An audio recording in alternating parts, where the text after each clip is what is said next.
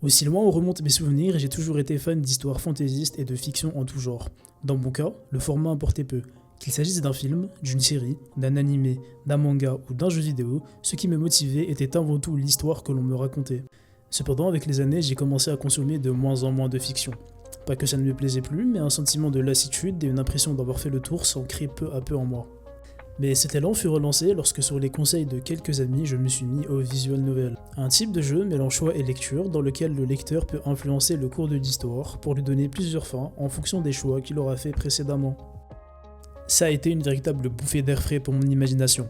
Je me suis remis à regarder des animés et à jouer à des jeux. C'est tout naturellement que dans cet élan de redécouverte, j'ai voulu expérimenter un format que je n'avais jamais encore tenté auparavant, le web novel. Pour ceux qui ne sauraient pas de quoi on parle, il s'agit tout simplement d'un roman en ligne au rythme de publication généralement quotidien qui est très populaire en Asie, notamment en Chine et en Corée, où les web novels servent généralement de base aux webtoons qui eux servent de base aux K-dramas qui finissent sur Netflix. C'est ainsi que pour mon premier web novel, j'ai décidé de lire, comme vous auriez pu le deviner au titre de cette vidéo, Shadow Slave.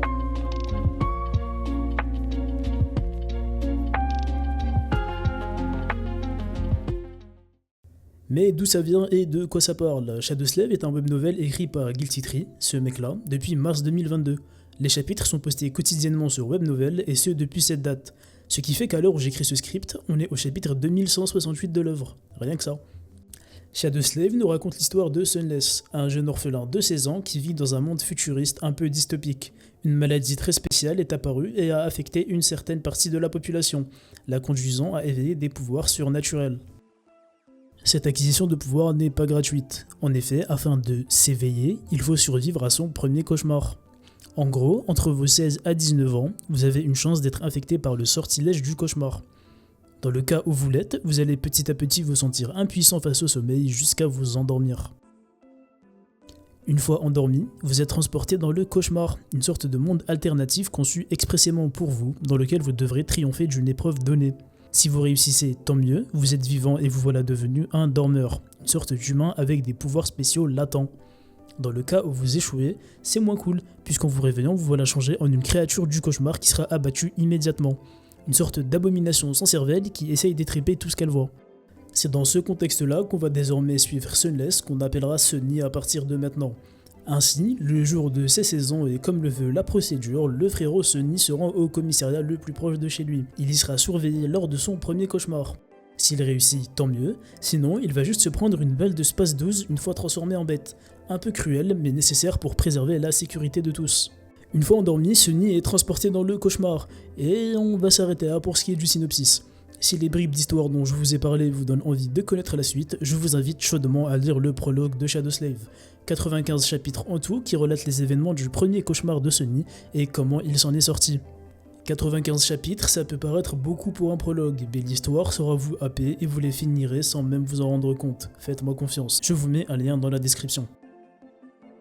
Maintenant, on va parler de pourquoi j'ai décidé de faire cette vidéo. Dans un premier temps, j'ai toujours voulu m'essayer à l'exercice, et dans un second temps, parce qu'importe ma propagande, mes potes ne voulaient tout simplement pas commencer à lire le banger que je leur recommande. J'ai donc décidé d'en faire une vidéo. Bref, pourquoi devriez-vous aussi lire Shadow Slave ? La grande force de l'œuvre réside évidemment dans son protagoniste. Il est clairement à l'opposé de tout ce que peut être un protagoniste stylé, charismatique et courageux. Si on devait comparer Sunny à un animal, on est bien loin d'un lion puissant ou d'un alpha wolf male, mais plus proche d'un cafard. D'ailleurs, c'est souvent comme ça qu'il est dépeint par la communauté. Vous allez me dire, mais comment fait-on pour apprécier un cafard ? C'est très simple, Sunny est un protagoniste réaliste, il n'a pas de pouvoir surcheaté dès le début, n'a pas de talent inné pour le combat et n'a aucun ami sur qui compter. Il ne connaît quasiment rien au monde ayant grandi dans un bidonville. Il est probablement l'être le plus random de son univers, et le voir galérer de la même manière qu'on aurait pu le faire nous aussi, rend la lecture extrêmement immersive. Par exemple, lorsqu'il galère à allumer un feu durant tout un chapitre, on se dit qu'on n'aurait probablement pas fait mieux. Lorsqu'il croise le premier monstre venu, il s'enfuit, et on aurait fait pareil. Et c'est ça qui fait le charme de ce personnage. Bien évidemment, par la suite, le récit le fait évoluer, aussi bien physiquement que mentalement, sinon ce serait un peu frustrant à lire. Les expériences et les rencontres qu'il va faire vont le forger. Se sentir aussi proche de cette évolution lors de la lecture m'a fait me sentir réellement inquiet pour le personnage et a nourri mon envie de continuer ma lecture tout au long des bientôt 2200 chapitres que compte l'œuvre. Bien qu'à mon avis, Sunny soit un protagoniste excellemment bien écrit, il paraît évident qu'on ne peut pas écrire ce type d'histoire sans y intégrer d'autres facettes. C'est à ce moment-là que rentre en jeu une flopée de personnages secondaires tout aussi intéressants que le protagoniste. Mais ça, je vous laisse le découvrir par vous-même lors de votre lecture. Autres éléments que j'ai trouvé particulièrement bien gérés dans l'œuvre, c'est le lore et le world building. Même si l'histoire commence dans une version dystopique de la Terre, la majeure partie du récit, quant à lui, sera centrée sur le royaume des rêves, une dimension alternative où tous les éveillés sont transportés lorsqu'ils s'endorment. Dans ce monde, on retrouve une vaste variété de régions, toutes différentes les unes que les autres et toutes régies par des lois de la nature tout aussi étranges d'un endroit à un autre. Une région peut ne pas avoir d'étoiles dans son ciel tandis qu'une autre est composée exclusivement d'îles volantes, ou encore une autre couverte de nuages où un simple éclaircie du soleil vous réduit instantanément en cendres. Bref, tant de décors dans lesquels on peut se plonger et auxquels on peut s'imaginer les difficultés que doivent endurer les pauvres personnages qui y sont transportés. En parlant de décors, l'auteur n'hésite pas à employer la narration par l'environnement pour nous plonger dans son univers. À l'image de ce qui se fait dans la trilogie des Souls de From Software, vous remarquerez à travers votre lecture que l'inspiration des œuvres de Miyazaki est très présente, notamment à travers le personnage de Cassia, qui a littéralement le drip de la Firekeeper de Dark Souls 3, ou encore de ses gardiens du feu, ou plus iconiquement de cette mimique dont la description concorde trait pour trait avec celle que l'on pourrait retrouver dans les jeux du studio.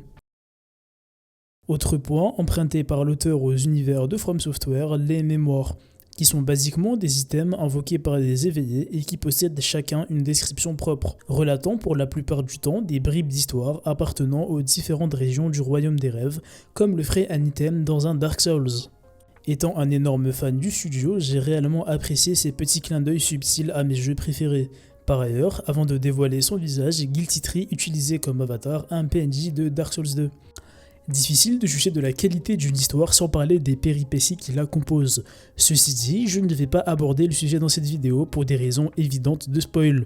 Tout ce que je peux dire, c'est que le premier arc de Shadow Slave, le rivage oublié, met une tempête intersidérale à tous les premiers arcs de fiction que j'ai pu lire auparavant et trône aujourd'hui sur le podium de mes arcs d'introduction préférés. Voilà qui conclut cette courte vidéo que j'ai fait pour une œuvre qui m'aura redonné le goût à la lecture. Pas évident de traiter le sujet sans spoiler, mais j'espère avoir réussi à vous transmettre mon affection pour Shadow Slave. Si cette vidéo vous a plu, n'hésitez pas à me le faire savoir en commentaire. Je débute aussi bien en montage qu'en écriture, alors si vous avez des conseils, je suis preneur.